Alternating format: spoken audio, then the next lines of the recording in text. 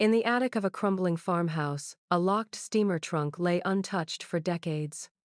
When opened, it revealed the lost voices of daughters history tried to erase. The attic smelled of dust and neglect, the kind of air that clings to your clothes and settles in your throat like a forgotten century. The farmhouse itself had been abandoned for years, its shutters hanging loose, its floors warped by the dampness of too many unkept seasons. I had come only to catalog what remained, to photograph artifacts before they were lost entirely to mold and rot. But it was there, under the sloping rafters, that I found the trunk. A battered steamer chest, its leather cracked and its brass fittings dulled to a green-black patina. It was not the sort of thing one overlooks. It seemed to have been waiting. The lock was fragile with age, resisting only briefly before surrendering to a careful twist of the screwdriver I carried for just such purposes. The lid creaked open, releasing a stale breath of air as though the trunk itself exhaled after decades sealed.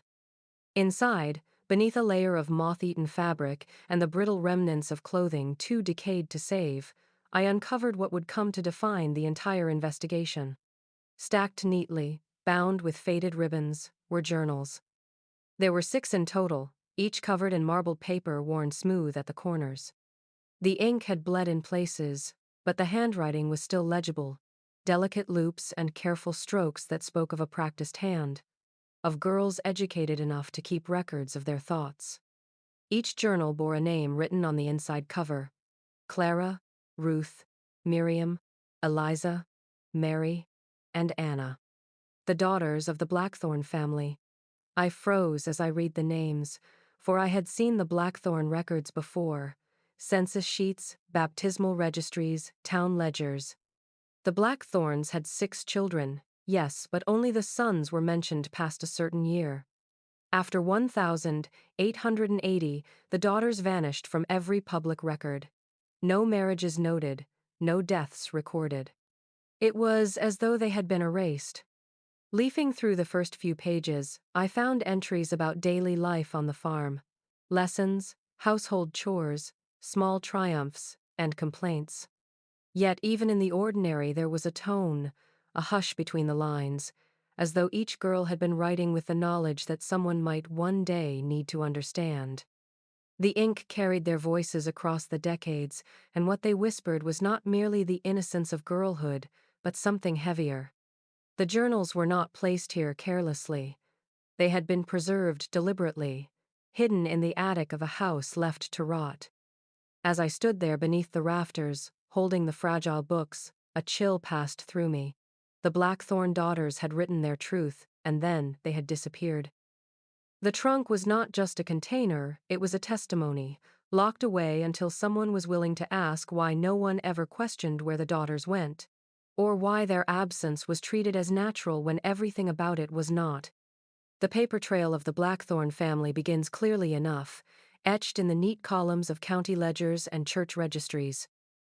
In the years before 1,880, their name appears again and again: land deeds for their farm, donations to the parish, baptisms recorded with the precision of a careful hand. There, in the yellowing ink of those early documents, the family is whole: father, mother, 6 children, 3 sons, 3 daughters. Yet something changes abruptly as the decade turns. By the next census, the daughters are gone. Only the sons remain listed in the official records, their sisters nowhere to be found. No mention of death, no obituary notices, no marriages or change of residence. It is as if they were carefully erased rather than lost. I spoke with neighbors whose families had lived on the same road for generations, hoping oral history might fill in what written records did not. Their recollections, though tinged with the haze of stories passed down, held a striking uniformity. Yes, the Blackthorn daughters had been there. Yes, they had been seen in the orchard, at school, in church pews. And then, all at once, they were gone. When asked where they went, the most common answer was delivered with a shrug. They went away, pressed further, no one could say where. No town named, no marriage partners recalled, no train tickets remembered. just a vague sense that the girls had left, and that it was not to be spoken of. What struck me was the stillness in their recollections. There was no scandal whispered, no rumor of a fall from grace, only absence wrapped in silence. Families who could recite with pride the smallest details of their ancestors, the harvests they brought in, the horses they bred, the battles they fought, grew curiously guarded when the Blackthorn daughters were mentioned. Some looked away, some changed the subject, others gave answers so vague they sounded rehearsed.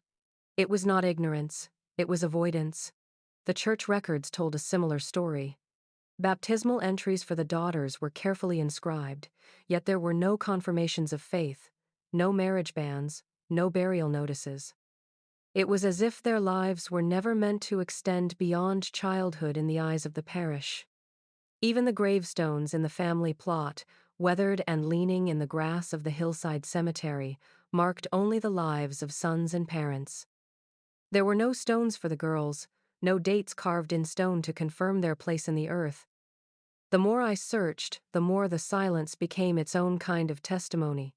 These daughters had not vanished without trace. They had been deliberately unmentioned, swept from record and memory alike, their absence accepted by all who lived near them. And yet, in the trunk I had opened, their journals remained. Proof that their voices had once existed, even if their community had chosen to let them fade into a silence that now pressed as heavily as the dust of their abandoned home. Clara's journal begins with the kind of small observations one might expect from a girl of 14. The first pages are filled with descriptions of the orchard in bloom, of helping her mother with bread making, of the quarrels and reconciliations between her siblings. Her handwriting is neat, deliberate, the ink sometimes smudged as though she had written late into the evening by the light of a candle. She notes the names of her school friends, the color of ribbons she wishes she owned, the satisfaction of finishing her Latin exercises ahead of her brothers. These early entries are unremarkable, the voice of a child documenting a life still firmly rooted in the ordinary. Yet the shift comes gradually, almost imperceptibly at first, until the words take on a different weight. It begins with a mention of being kept awake at night, not by illness or storms, but by the sound of her father's footsteps crossing the hall. He calls us when the house is quiet, she writes. One by one we go down the back stairs to the cellar. We must not speak of it to anyone, not even to mother. She gives no explanation at first, only the repetition of secrecy, the insistence that these lessons were to be kept apart from all other aspects of life. Clara describes the cellar as colder than the rest of the house, the air damp and carrying a smell she cannot quite name. At first she records details of instruction that seem practical, her father showing them symbols carved into wood, teaching them to copy the shapes into their journals, making them recite phrases she admits she does not understand. She writes of her younger sisters struggling to remember the patterns, of her father growing impatient when the lines wavered or the pronunciation faltered. The entries soon darken. She begins noting that the lessons always take place at night, never during the day, and always in the cellar, never in the parlor or study. He says it is the only place where the air is thin enough, she writes cryptically, leaving the phrase unexplained. She writes of candles placed in circles, of her father insisting they stand within them while he spoke words that seemed older than any language she knew. At first she thought it a kind of play, an invention meant to frighten or impress them. But as the weeks pass, her tone changes. One entry ends with a confession. I do not like the way the shadows move when he speaks. They bend toward him, as though they are listening.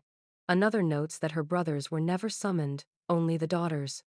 Clara writes, Mother says nothing, though I know she hears us leaving our beds. Her silence is the strangest thing of all. By the final pages of that first journal, the voice of a girl has grown strained, weary with secrecy. She records dreams of standing in the cellar, even when she is certain she has not left her bed. Dreams in which her father's voice echoes not only in her ears, but behind her eyes. He says we are chosen, she writes, the ink pressed heavier into the page. But I do not yet know what for. The neighbors' recollections, gathered decades after the fact, carry the hush of people who feel they are speaking of something best left alone. They describe how the Blackthorn farmhouse, once lively with the noise of 6 children, grew unnaturally quiet. Lamps that should have burned only for late chores were seen flickering well past midnight, casting long, strange shadows against the upper windows. A farmhand who lived nearby remembered rising before dawn to tend his own animals and catching sight of figures moving behind the curtains, not with the hurried pace of work, but with the slow, deliberate rhythm of some ritual. He told no one at the time, fearing ridicule, but years later he admitted he had felt a chill watching those silhouettes sway to music he could not hear. Others recalled hearing the music directly. Not the familiar strains of hymnals sung in the church on Sundays, but something slower, lower, carried on the night air like a chant. The words were indistinct, yet the cadence was unmistakably liturgical, the kind of sound that seemed older than the church itself. A woman who had lived a mile down the road said she awoke more than once to a chorus drifting from the Blackthorn property, a strange harmony that ended abruptly, as though cut off mid-breath when the final candle was extinguished. At the same time, the daughters began to vanish from public life. Their absence was noted first at school. Teachers remembered the girls as bright, but increasingly distracted, their eyes heavy as if from sleepless nights. Soon their attendance grew irregular until, without announcement, they stopped appearing altogether. When questioned, the family explained it was better for the girls to be educated at home, that the farm required their help, that their father believed their time was better spent in private instruction. No one pressed further, though the suddenness of their withdrawal struck many as odd. Church attendance followed the same pattern. The Blackthorns, once a prominent family seated near the front pew, began arriving without the girls. At first it was excused illness, chores, the needs of younger children, but as the months passed, the excuses thinned. Parishioners noticed how the mother kept her gaze low when asked about her daughters, how the father's voice grew sharper when anyone lingered on the subject. Eventually, the girls' absence ceased to be remarked upon at all. The silence within those rooms became a silence in the community itself. People remembered the light, the hymns, the strange rhythms that unsettled their nights, but none spoke of it while it was happening. They carried on as though nothing were amiss, each neighbor convincing themselves that the Blackthorn family was simply peculiar, private, touched perhaps by grief or by stern belief. Yet, in retrospect, their testimonies reveal a pattern. A house awake when all others slept, a family turning inward, and daughters fading from the world before anyone thought to ask why. Clara's fifth entry in the sequence carries a different tone from those before it, as though she had hesitated before setting her pen to the page. Her words are more cautious, her handwriting uneven, and the ink blots thicker where she pressed too hard. She writes of the parlor, a room her family rarely used except when visitors came. The furniture was always kept in pristine condition, the curtains drawn in just the right way, the rug aligned carefully across the polished floorboards. Yet one night, summoned again by her father, Clara noticed something peculiar. The rug had been rolled back. Beneath it was not the familiar oak floor but a square outline, a trapdoor she swears had never been there before. She describes how her father lifted it with a heavy iron ring, revealing a narrow staircase descending into darkness. The other sisters stood close together, their nightdresses brushing against one another, their candles dripping wax onto the floorboards. Clara admits she wanted to ask where the steps led, but her father's face, stern and set in a way she had never seen before, silenced her. "You must not speak of this place," he told them. "Not to your brothers, not to your mother, not even to each other outside of these walls. This is our duty, and it must remain unspoken." In the margins of that page, Clara drew a rough sketch. The lines are shaky, but clear enough to show the rectangle of the rug, the trapdoor beneath, and the narrow descent of steps. At the bottom she marked a crude circle, perhaps meant to represent the chamber they entered. Her description falters after this point, as if she could not find the words or dared not commit them fully to the page. She writes only that the air grew colder as they descended, and that the walls seemed older than the house itself, rough-hewn stone unlike the plaster and wood above. She notes how her father carried a lantern, its light catching strange markings carved into the stone. She did not describe the markings in detail, only that they curved in patterns she had never seen before, and that they reminded her of shapes she later dreamed about. "It was not the cellar," she insists, "for I know the cellar well. This place is deeper, hidden beneath the house as though it does not wish to be found."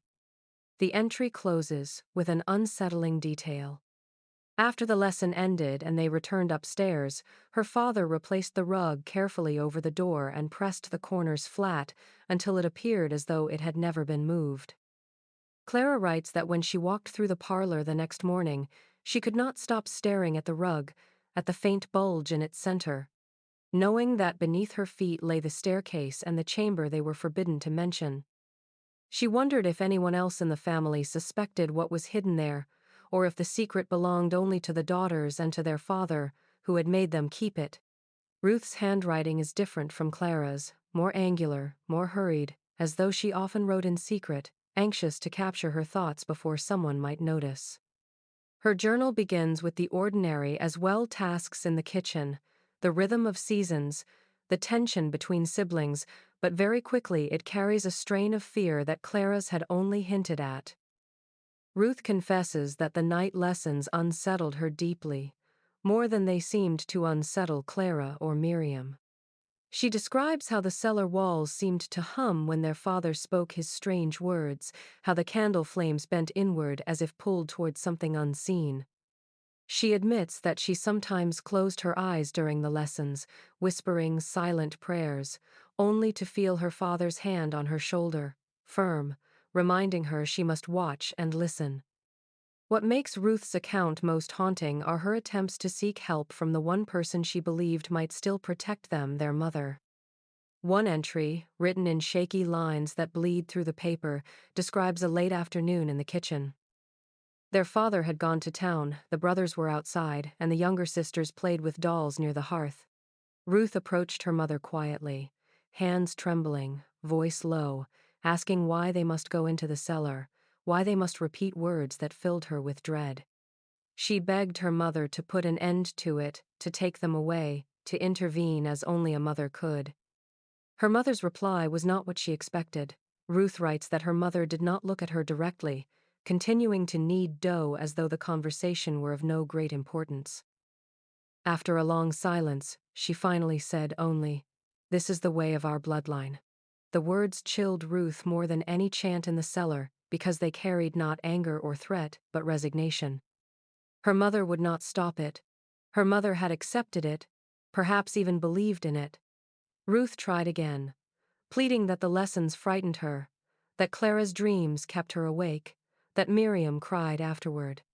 Still, her mother shook her head and pressed her fists into the dough, repeating, "You will understand in time."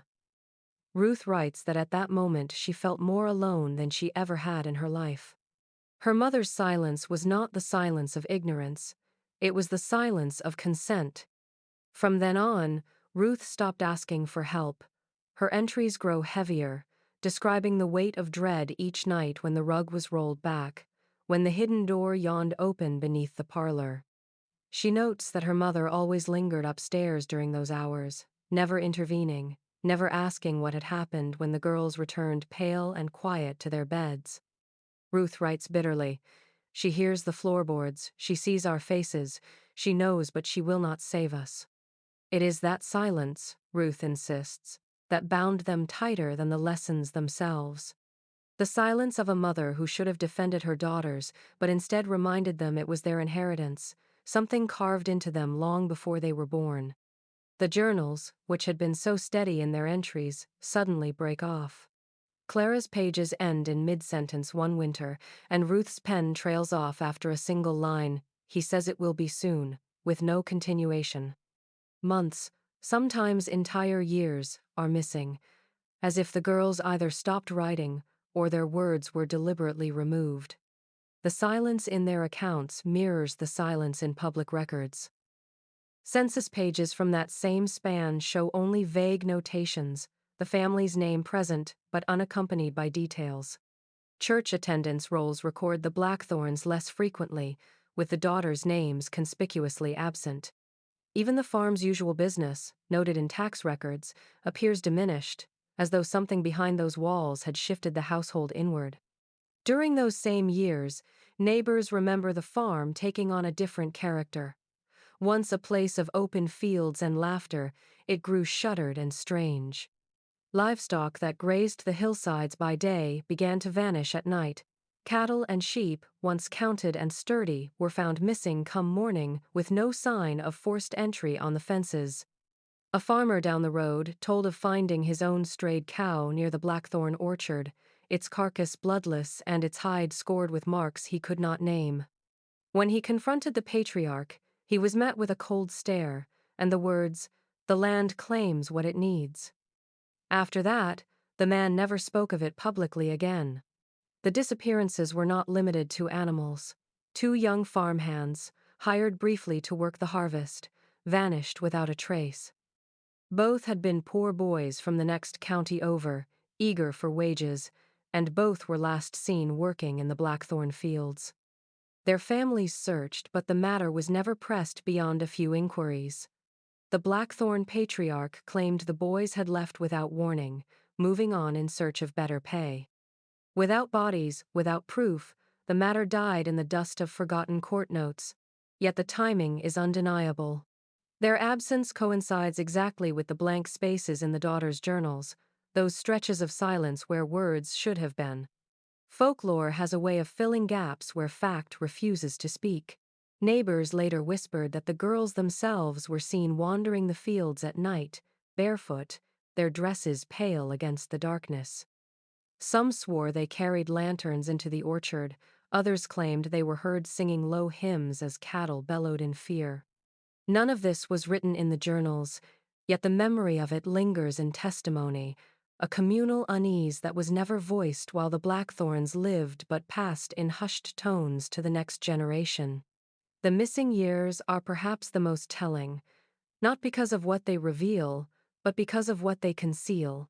Journals stop, records vanish, and those who lived closest to the Blackthorns chose not to question. It is as though the family itself was allowed to slip into a twilight of secrecy, where daughters vanished from public life, animals from fields, and young men from the world, all without consequence, all without answer. When the journals resume, it is as though time itself has shifted. The gap is undeniable, months of silence suddenly broken by ink that looks different, the letters unsteady, the strokes heavier, as though the girls' hands trembled as they wrote. Clara's once neat loops have grown erratic, and Ruth's sharp, angular script seems almost carved into the paper. The entries begin without explanation, no mention of what occurred during the missing months. Instead, they plunge immediately into a new kind of dread. "I wake to find them standing where the wall meets the ceiling," Clara writes. "Not with bodies like ours, but with a presence. I can feel their eyes though they have none." Both sisters describe dreams that do not feel like dreams at all. Clara recalls lying in her bed, staring at the ceiling beams, when she felt the air press down upon her chest. She writes that in the corner of the room, the shadows seemed to thicken into a figure tall, impossibly thin, its limbs jointed strangely, as if it were bending to fit inside the small space. She insists she could not move, though she knew she was awake, her eyes wide open, the room as real as daylight. Only when she gasped for air did the figure dissolve back into the corner, leaving her drenched in sweat and tears. Ruth's account echoes Clara's, but carries a tone of weary acceptance. She admits she no longer knows when she is truly awake. "They stand in the corners," she writes. "At times I see them with my eyes, at times with something deeper. It is worse when I try to look directly. They vanish, but I know they are there. They are always there." Her words grow more frantic in places, ink smudged by what might have been tears. She confesses that she has stopped praying because each time she does, the dreams grow louder, the presence closer, as if prayer itself summons rather than repels. The sisters never mention the hidden chamber directly in these resumed entries, but their descriptions carry echoes of what they saw there. The shadows in their bedrooms seemed to mimic the angles of the symbols carved into the cellar stone. The whispering voices hum in rhythms like the chants their father once made them recite. Both note that their younger sisters have begun to mutter in their sleep, repeating words too old for their mouths, and that their mother does nothing but hush them back to bed, eyes dark with something like guilt. The journals no longer feel like the writings of children. They read instead as confessions of the trapped, testimonies written in the fragile hope that someone, someday, would understand what it was like to lie awake in the dark, staring at the corners, knowing the corners were staring back. The margins of the journals become their own kind of text, a parallel narrative whispering from the edges of the page. At first, the notes are brief, little more than words squeezed between the lines of daily entries, as if the girls did not want to disrupt the surface of normalcy with what weighed most heavily on their minds. Clara writes of helping mend clothes, of tending to her younger sister's fever, and then, in a cramped hand at the bottom of the page, they called my name. The words stand alone, untethered, as though too dangerous to expand upon. Ruth's journal grows even more unsettling. While her main entries describe chores and household rhythms, the page edges are scarred with phrases written diagonally, upside down, even backward in the mirror of the ink. I saw the figure again, she scrawls in one corner, the letters jagged and uneven. In another, the phrase is repeated, but the ink is darker, pressed so hard it cut the paper. It is as though she needed to leave proof for herself that she had seen what she had seen. The youngest sisters who had begun to write, Miriam and Eliza, leave their confessions in faint pencil, words smudged as though written in haste and hidden from discovery. One line curls around the edge of a page that otherwise lists the names of family visitors. The door was open this time. No explanation, no context. Just the chilling suggestion that the forbidden staircase beneath the parlor rug was no longer sealed. Another page contains a scrawled warning: "Don't go alone." He waits. The he is never named. What is most striking is the repetition across the sisters' hands. In different ink, at different times, their margins echo one another. They called my name. The door was open. I saw the figure. It is as if they were living the same nights, recording them independently, trying to assure themselves they were not mad. Their words overlap like a chorus, unplanned but unified. There are moments where the main text and the margin seem to collide. Clara writes one evening about the weariness in her father's face, how he seemed thinner, his eyes shadowed. In the margin beside it, in hurried script, she notes, "The voice was his tonight." Ruth describes her mother's silence over supper, then scribbles sideways at the edge. She knows. She watches too. These fragments give the sense of a household divided in plain sight, surface obedience and duty in the center of the page, raw fear and forbidden truth in the edges. The margins are where their honesty leaks through. They reveal girls desperate to unburden themselves, but too fearful to declare it openly. Their hidden words speak louder than their formal ones, confessions left for no one in particular. For anyone who might one day stumble upon their journals and understand that the Blackthorn daughters had been writing not just to themselves, but to the future. To someone who might at last read the warnings etched into the corners before the final silence closed over them. Miriam's journal is less polished than Clara's or Ruth's, her letters larger, uneven, with a childish quality that betrays her younger age. Yet there is an honesty in her words, a directness that makes her entries especially haunting. She does not veil her fears in metaphor, nor attempt to rationalize them. She writes them as she experiences them, line after trembling line. One entry begins with an ordinary observation of the moonlight falling across the orchard, but within a few sentences, the tone shifts into something darker. "I woke because someone was singing," she writes. "At first I thought it was Mother, but then I saw Clara sitting up in her bed, her face turned toward the window. The song was not in English, not in Latin, not anything I have ever heard." Miriam insists the sound was beautiful, almost painfully so, the kind of melody that makes the air itself feel heavy. She describes how the notes seemed to vibrate through the walls and floorboards, as though the entire house was listening. The words were stranger still. Miriam tries to transcribe them, but the syllables collapse into nonsense on the page, broken strings of vowels and slanted marks, as though she is attempting to capture sounds not meant for human mouths. Her eyes were open, but she was not awake, Miriam records. Her lips moved, and the voice was hers, but also not hers, like many voices joined together. She admits she wanted to shake Clara, to wake her, but something in the air froze her in place. Ruth stirred in her bed, whispering for Miriam to be still, as if she too had felt the warning. The song went on and on, filling the small bedroom until Miriam writes she thought her ears might burst. When at last the song ended, Clara lay back down without a word, closing her eyes as though nothing had happened. By morning, she remembered none of it. Miriam swears she asked her sister again and again, and Clara only looked puzzled, even offended, insisting she had not spoken a word in the night. The entries that follow show Miriam's growing dread of sleep itself. She confesses to lying awake, waiting for the song to begin again. Some nights it does not come, but when it does, she hears the same strange cadences, the same impossible syllables, always issuing from Clara's mouth, always spoken in that layered voice. Once, she claims, she heard the words echoed faintly from the corner of the room, as if the shadows themselves were repeating after Clara in perfect unison. Miriam ends one entry with a chilling line scrawled heavily in the margin. If she is singing their song, then she already belongs to them. It is the kind of sentence a child should never have had to write. Yet it stands, pressed deep into the paper, a testimony of a sister who feared that her own blood was no longer entirely her own.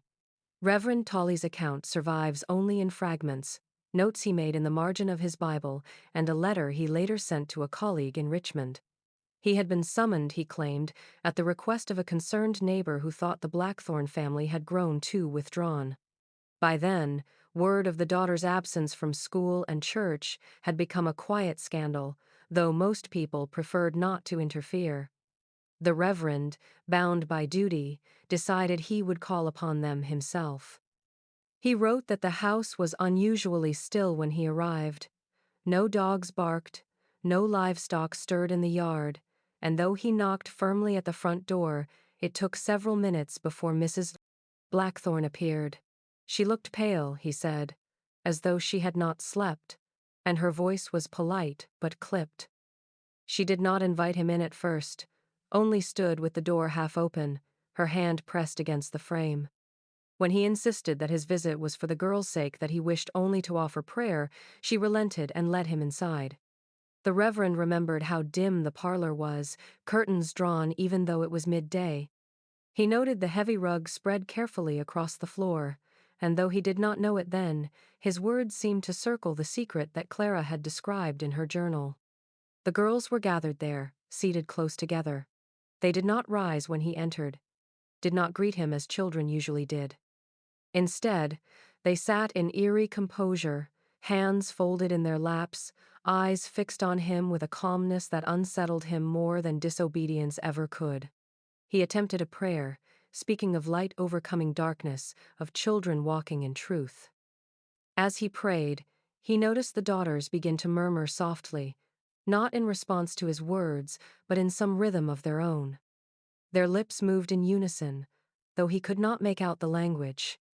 At first he thought it was a hymn he did not know, but the cadence was wrong, slower, stranger, as if they were rehearsing lines to a play. When he tried to silence them with a firm voice, they only looked at him with that same unsettling calm, their whispering rising and falling like a tide beneath his prayer. He ended the visit quickly, retreating with an unease he confessed he could not explain. In the letter he wrote later, he admitted that it seemed less like the girls were misbehaving and more like they were preparing. As if rehearsing for something, he scrawled. Something not of the church and not of this world. He resolved never to return, fearing not only for the daughters but for the ground upon which the house itself stood.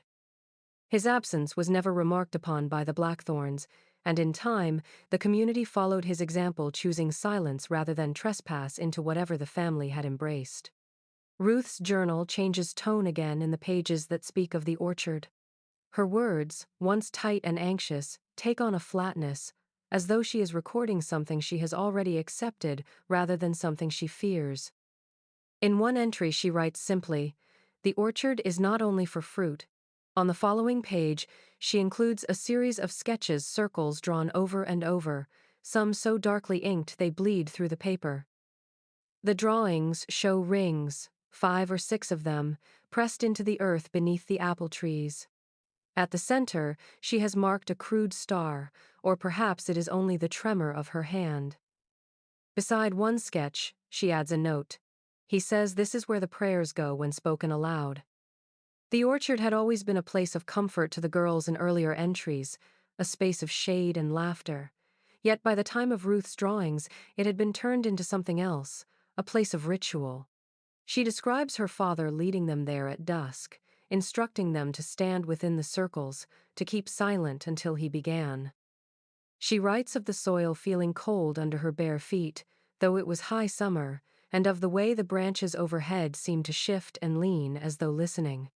What Ruth never describes outright is what was done in the center of those rings. Her words trail into suggestion. The sound is louder out there. The night carries it further. He says the trees keep the secret. Her sketches do what her words do not. They show shapes that seem to move outward from the center, marks like radiating waves. It is as if she is trying to capture motion on the page, the spreading of something invisible. Years later, accounts from local boys confirm Ruth's testimony in a chilling way. 2 of them, brothers who lived on the neighboring farm, told decades afterward of sneaking through the orchard one night. They had heard whispers in town that the Blackthorns kept strange hours, and youthful curiosity drew them to spy. They claimed they found the circles just as Ruth described them, carved deep into the soil between the apple trees.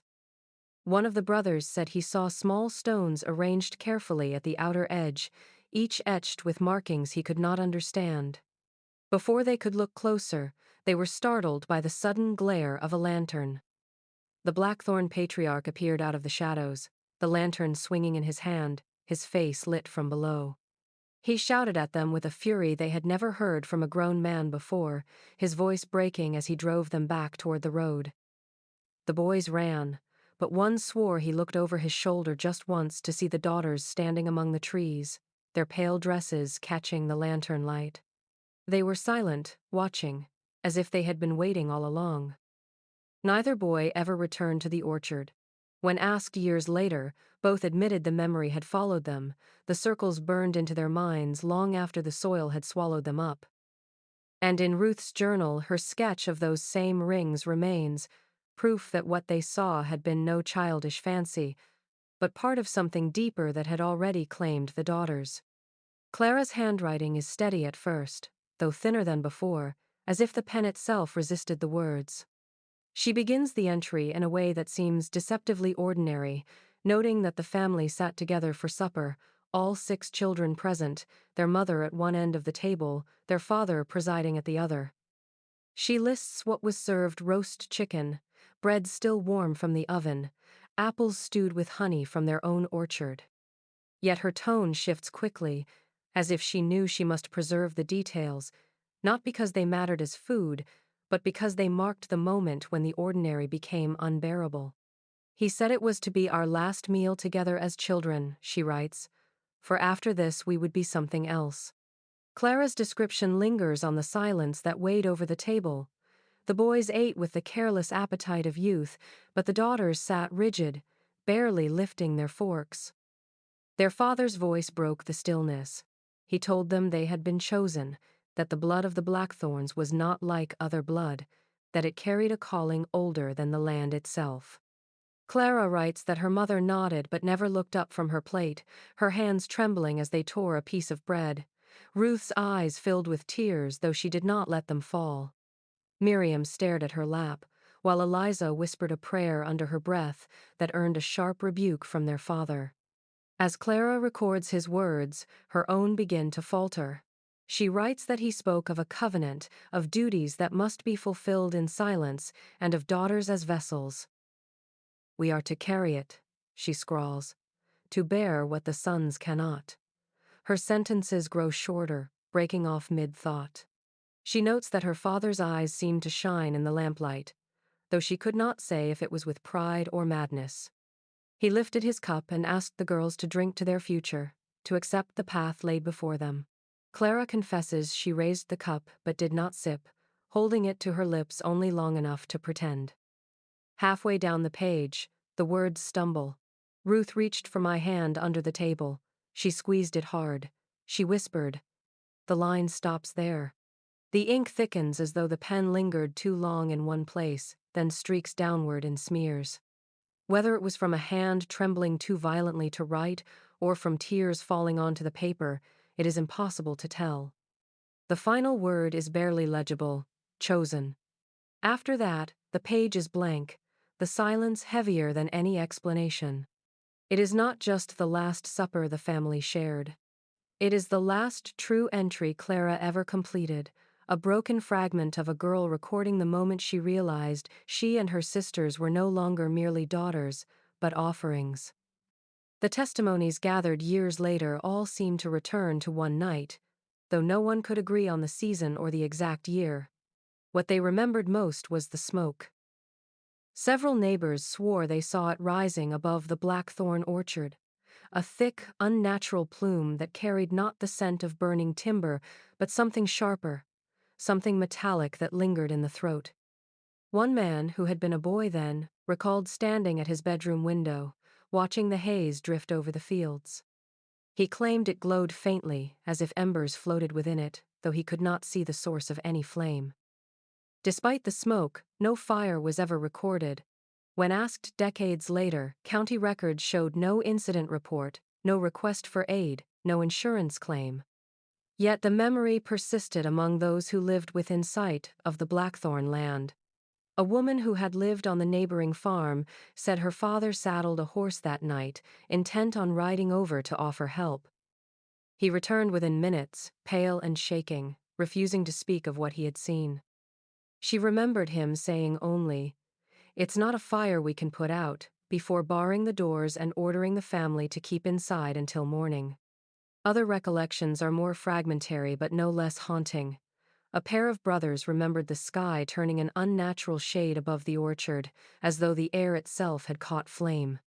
They swore they heard voices rising with the smoke, distant chanting that carried across the fields, mingling with the crackle of unseen embers. It wasn't the sound of prayer, one of them insisted years later.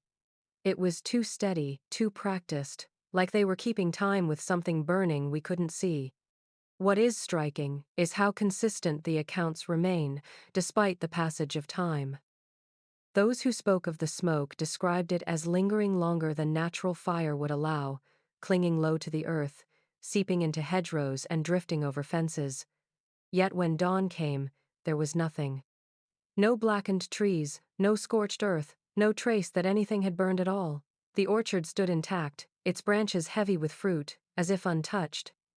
The journals make no direct mention of a fire, though one of Ruth's margins contains a curious line. "We walked through smoke, but nothing burned." The phrase seems to mirror the neighbors' memories, connecting the testimony of outsiders with the whispers of those trapped within the family's walls. What all agree upon is this: whatever rose in the orchard that night was not born of lightning or accident, but of design. Something was lit, something that consumed without leaving ash, and when it was over, the orchard stood silent, its trees unmarked, its soil hiding whatever had fed the flames unseen. The disappearance of the daughters from public record is not sudden, but rather a quiet unraveling, as if their names had been tugged loose from the fabric of the town one stitch at a time. In the years leading up to the strange smoke that neighbors swore they saw drifting from the orchard, the girls' names still appeared regularly. Clara listed among the choir, Ruth marked for her attendance at school, Miriam noted for her lessons in needlework at the parish hall. Even little Eliza's name surfaces in records of the children's classes, her age neatly written in the minister's careful hand. But after that night, the paper trail stops. Church records continue, but they list only the sons. The Blackthorn boys were marked present at Sunday service, baptized, confirmed, their names inked with steady regularity. When the minister recorded the family pew, he noted simply, Mr. and Mrs. Blackthorn with sons. The absence of the daughters is never explained, never even acknowledged. The ledgers hold no burial entries, no marriage announcements, no illness or obituary to account for them. It is as though the girls had not died, but been gently erased. The school logs tell the same story. The girls' names appear through the spring term of one year, then vanish by the next. No withdrawal is noted, no relocation given. The teacher at the time, interviewed long after, recalled asking once why Clara and Ruth had not returned. She said Mrs. Andred Fortnine. Blackthorn told her simply, their work is at home now. The matter was never pursued further. In a rural community, where children often left school to tend farm or family, the explanation sufficed. What is more chilling are the silences in town life. Neighbors who had once remarked on the daughter's singing or on Ruth's sharp wit ceased to mention them at all. One elderly woman, pressed by an interviewer decades later, admitted she had found it strange. It was like the whole family agreed not to speak their names, she said. If you asked, they would only smile or change the subject. Soon enough, we all stopped asking. Meanwhile, the brothers remained ever present, their paths well documented. They inherited land, signed contracts, married local women, raised families of their own. In the genealogies of the region, the Blackthorn sons continue like an unbroken line of ink, while the daughters exist only as faint ghosts at the margins, names once written but later scraped away. The journals found in the attic confirm what the records conceal. They stand as the only testimony that the daughters lived beyond the silences of official paper, that they were more than whispers of a lineage. Their absence from the world outside the farmhouse was not natural forgetfulness, but a deliberate omission. Whatever happened in the orchard, in the cellar, within the walls of the house, did not just claim their lives, it claimed their place in history, leaving behind a family that looked whole on paper, but was, in truth, broken and half vanished. When interviewers sought out the Blackthorn sons in later years, they found men who had aged into positions of respectability: farmers, landowners, men who signed their names to contracts and appeared in county records with the ease of people who had nothing to hide. Yet whenever the subject of their sisters arose, their composure shifted. The interviews, preserved in fragments of correspondence and local archives, reveal the same evasions repeated almost word for word, as if rehearsed. That was not for us to know, each one said, their tone final, their eyes steady, but never offering more. The eldest brother, Samuel, had become a man of some standing in the county. When asked directly whether he remembered Clara or Ruth, he paused so long that the recorder noted the silence itself. He finally answered with a curious detachment. We were told to tend the fields, to carry on the name. The rest was not for us to know. No elaboration, no flicker of regret. Only a statement that ended the conversation like a wall of stone. The second brother, Thomas, gave nearly the same answer when pressed. An interviewer described how his jaw tightened and his hands gripped the arms of his chair. You wouldn't understand, he muttered at first. Then, after a moment, he recited the same phrase. That was not for us to know. The words carried the weight of repetition, as though they had been drilled into him, a mantra passed from father to sons to keep them from probing too deeply. Even the youngest, Benjamin, who had been scarcely more than a boy when the daughters vanished, offered the same refrain. Decades later, long after their parents were gone and their own children grown, he was still repeating the exact phrase. We were never to ask, he explained softly. It was their place, not ours. That was not for us to know. His eyes, one interviewer wrote, looked hollow when he said it, as though he had practiced the words so long that he no longer knew if he believed them. The pattern is unmistakable. None of the brothers deny their sister's existence, but none acknowledge their fate. They answer without answering, clinging to a single phrase that erases responsibility, while confessing knowledge withheld. It is the silence of men who learned early that certain questions would bring only danger, that curiosity itself was a kind of betrayal. The phrase echoes like a key to the family's secrecy, repeated across decades and across lives, not for us to know. It is the language of obedience, of survival, of a pact kept even when the truth had already been buried with the daughters. Their silence is as telling as the vanished names, another layer of erasure that leaves only shadows where lives should have been. The letter is small, written on yellowing stationery and folded so many times that the creases have nearly worn through the paper. It was discovered tucked between the last pages of Ruth's journal, as though hidden deliberately but not destroyed. The handwriting belongs not to a child but to a grown woman, measured, elegant, and unmistakably that of Mrs. Blackthorn. Its intended recipient is named in the opening line, a cousin in Pennsylvania whose descendants would later insist no such letter ever arrived. Perhaps it was never meant to. The envelope was unaddressed, the sheet never sealed.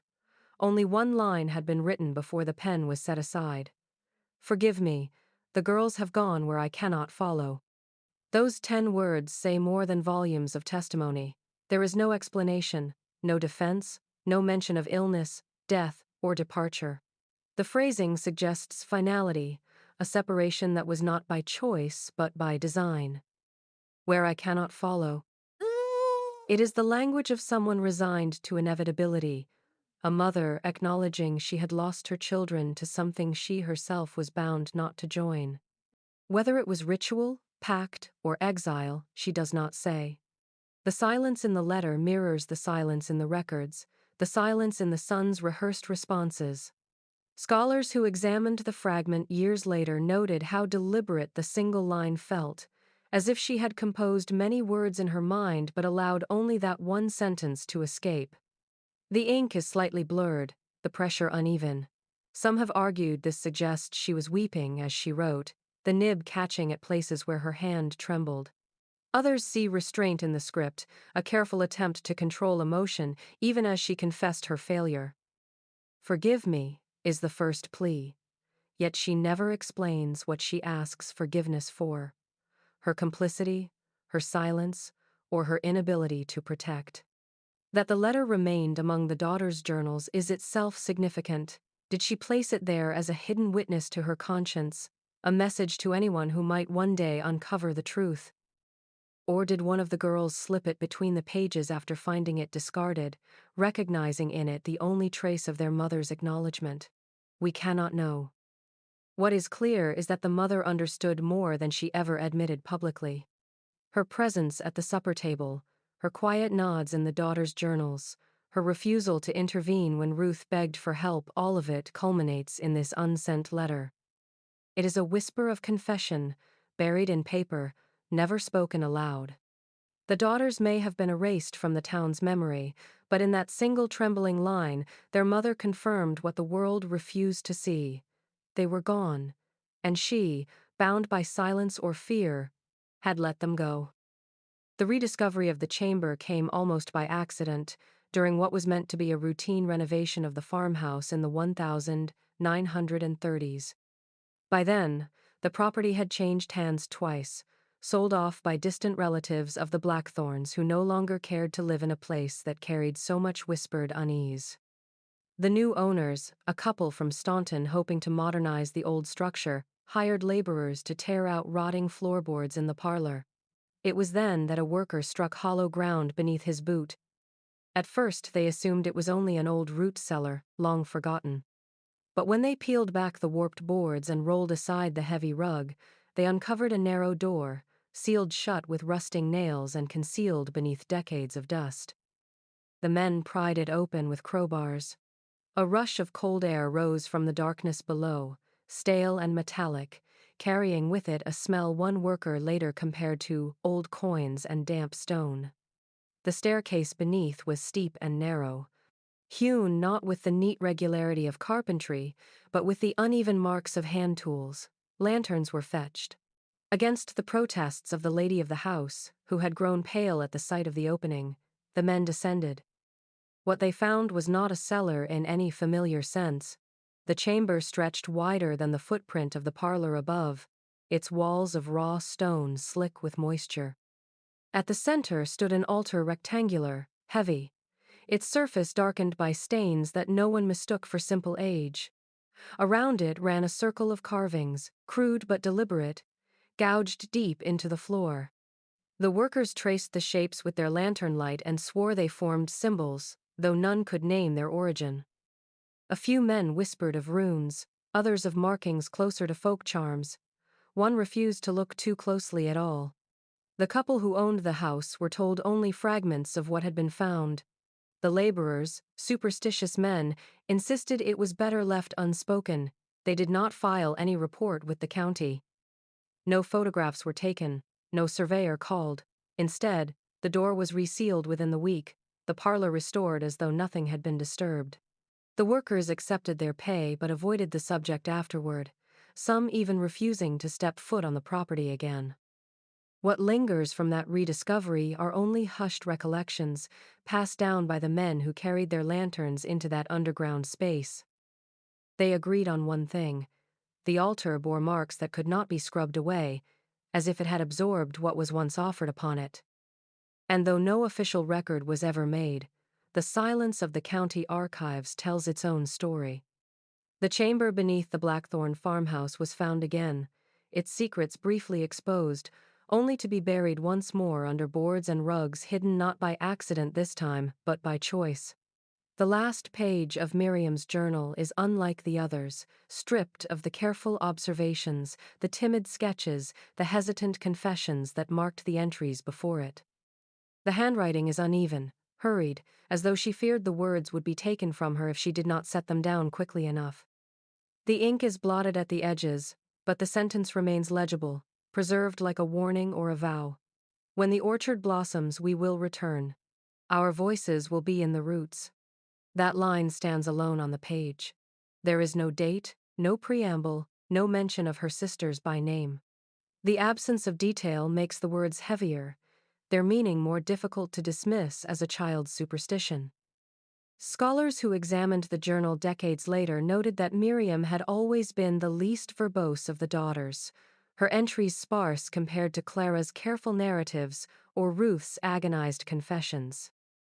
That her final words would be so concise feels deliberate, as though she understood there would be no more chances to write. The orchard itself had long been a recurring motif in the sisters' journals, the place of circles cut into soil, of rituals beneath branches that bent unnaturally, of smoke without fire. Miriam's last sentence anchors their fate to that land, binding their return not to the house or cellar, but to the living roots of the apple trees. In folklore, the orchard is a place of cycles, of bloom and decay, of fruit that falls and seeds that wait in the dark. Her words echo that rhythm, suggesting not an end, but a continuation beneath the soil. Neighbors remembered the Blackthorn orchard as unusually fruitful, its blossoms thick even in lean years when frost damaged surrounding farms. Some spoke of the sweetness of the apples, though others refused to eat them at all, convinced they carried something uncanny. Decades later, children in the county told stories of hearing faint singing among the branches when the trees bloomed, a sound like girls' voices carried by the wind. Most dismissed it as fancy, but those who had read Miriam's words could not forget them. Our voices will be in the roots. I. The page carries no signature, only that line. Yet the force of it is undeniable. It does not read as metaphor, but as declaration.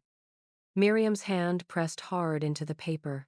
The ink sunk deep into the fibers as if to ensure the sentence could never fade. In that single phrase, she seemed to accept the fate her family had chosen for her, binding herself and her sisters to the orchard's endless cycle of growth and return. The journals end there, the silence that follows as loud as any testimony. What became of the daughters remains unrecorded, but the last voice among them insisted they had not truly left. They had gone into the ground, into the roots, waiting for the blossoms to open again. The stories persist in the county, told in low voices at kitchen tables and in the back booths of diners, as though the very act of speaking them aloud risks stirring something best left buried. The blackthorn orchard still stands, though it is no longer worked as it once was. The trees grow wild now, their branches tangled, their fruit falling untended to the grass. Those who wander too close say the apples spoil faster than they should, collapsing into rot within days of being plucked. Some insist the fruit tastes metallic, others claim it carries an unnatural sweetness that lingers in the throat. Either way, most locals avoid it. They say the ground remembers what was done there. The farmhouse itself has changed hands more than once, each family leaving sooner than they planned. Tenants report noises in the upper rooms, soft singing, as though children practiced hymns in voices that do not belong to any living child. Doors open by themselves, footsteps cross empty halls, and in spring, when the orchard bursts into bloom, visitors have spoken of figures moving between the trees. Always pale, always distant, and never answering when called. They vanish if approached, leaving only the petals trembling on the branches as if brushed by unseen hands. Folklore has grown around these occurrences. Some say the daughters walk the orchard still, bound to the roots that fed on their silence. Others whisper that they are not merely ghosts but something older, absorbed into the cycle of the land. Children dare each other to spend a night in the orchard, to wait for the blossoms and listen for the voices rising from the soil. Few ever make it past midnight. For years, these stories were dismissed as the inventions of rural superstition. No official account of the daughter's disappearance was ever recorded. The census moved forward without them, the church registers carried on with only the sons, and the family name continued as though the girls had never existed. It was easier, perhaps, to look away, to let the orchard bear its fruit and the farmhouse sag into itself without demanding answers. But the journals tell a different story. Found in that locked trunk in the attic, they preserve the daughters' voices in ink where history tried to erase them. Their words describe rituals, secrecy, and resignation. They reveal a mother who confessed in silence and brothers who obeyed without question. They remain, even now, the only true testimony of what became of the Blackthorn daughters. And it is only through these journals that the official silence can be broken, that the unasked questions can finally be spoken aloud. The orchard still blossoms each year, and when it does, those who pass by swear they hear the echo of young voices in the roots, reminding the living that some disappearances cannot be hidden forever.